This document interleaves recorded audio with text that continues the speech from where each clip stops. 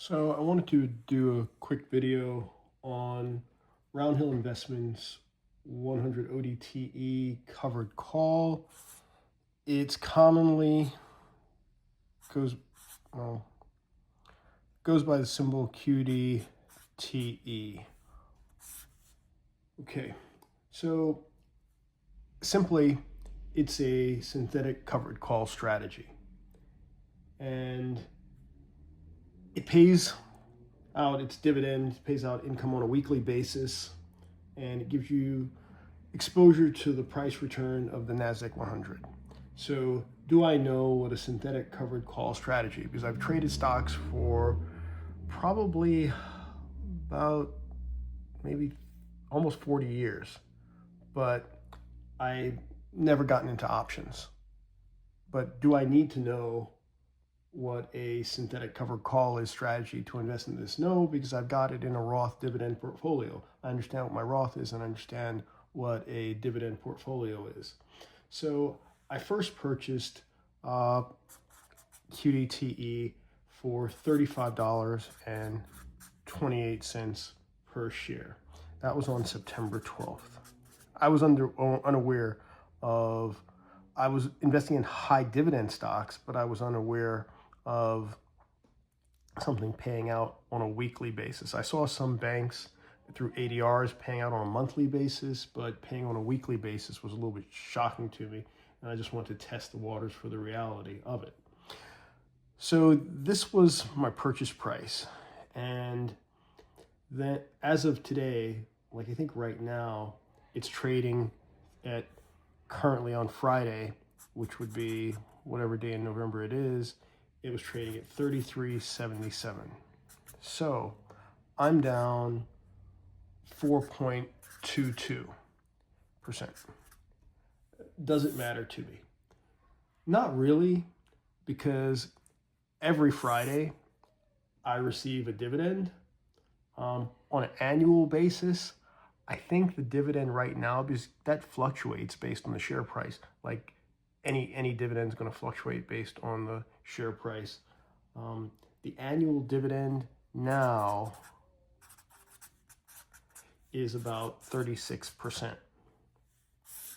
So just to use round numbers, if you invest $1,000 today, you'd probably see $360. So 1,000 today, you'd see at 36%, it's easy math, you'd see 360 through the end of the year. If for 1 year, because you're seeing it over the course of a year, for 1 year, you would get that 36% if it held the net asset value or the share price held hard at, say, what your purchase price is.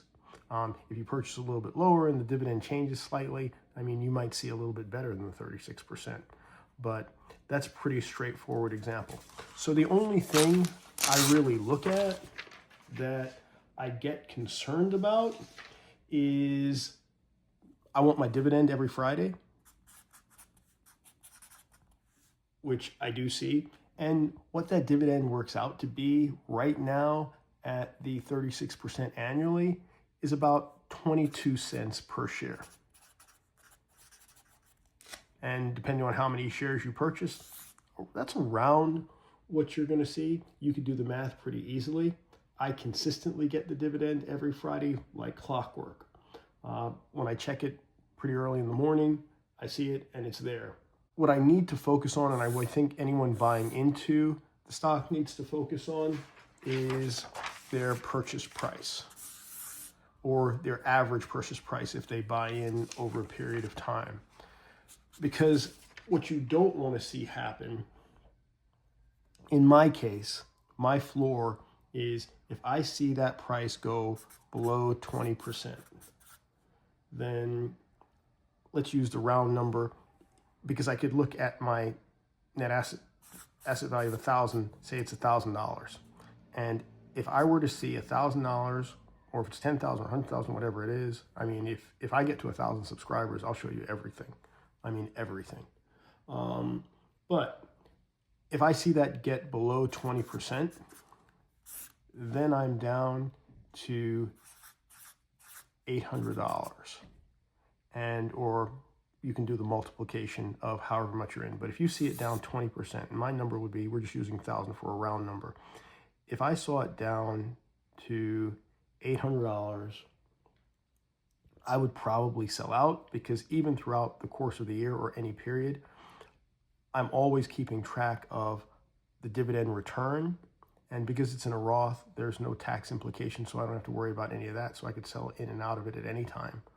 But if I saw it go down that 20%, then I could easily look at what it cost me to buy in, the dividends that I've received year to date, because in theory, if you went through a year and you were to get somewhere close to that 360 on that, you would have made like 1,160. So you'd still get $160, which would be about 16%, which isn't bad as your return.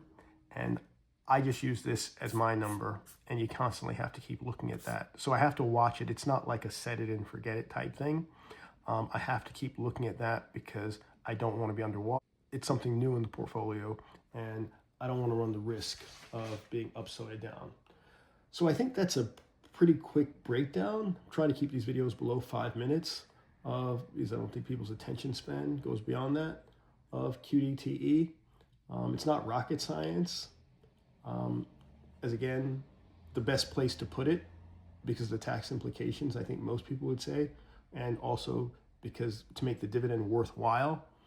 For me, it's a Roth dividend portfolio, so not to worry about the tax implications. And I look at it pretty much weekly, so I don't go below my floor. I always check on Friday to make sure I receive the dividends. I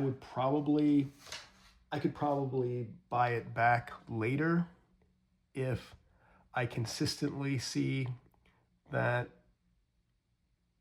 the dividend return is pretty good and the price entry is worthwhile. I'd possibly buy back in.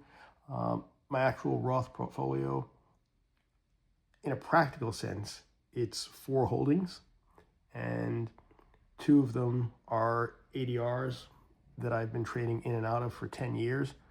The dividend on both is over 10%. So I'm fairly confident. I'm super familiar with the country where the ADR is located. I'm super familiar with the company and the intricacies of the company.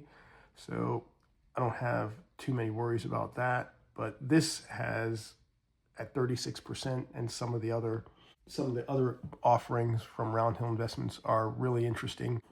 It makes sense for me and what I'm doing. This is simple math. I think the only thing you need to look at if you're considering this as an option to add to your portfolio is keeping track to make sure that your purchase price doesn't drop below a specific price where over the course of a year you're just breaking even, because the goal is not to break even. The goal is to turn a profit, and if not, to sell out of it before you end up upside down or in a position that you don't want to be in. So it's pretty easy. Hopefully that helps. Like and subscribe.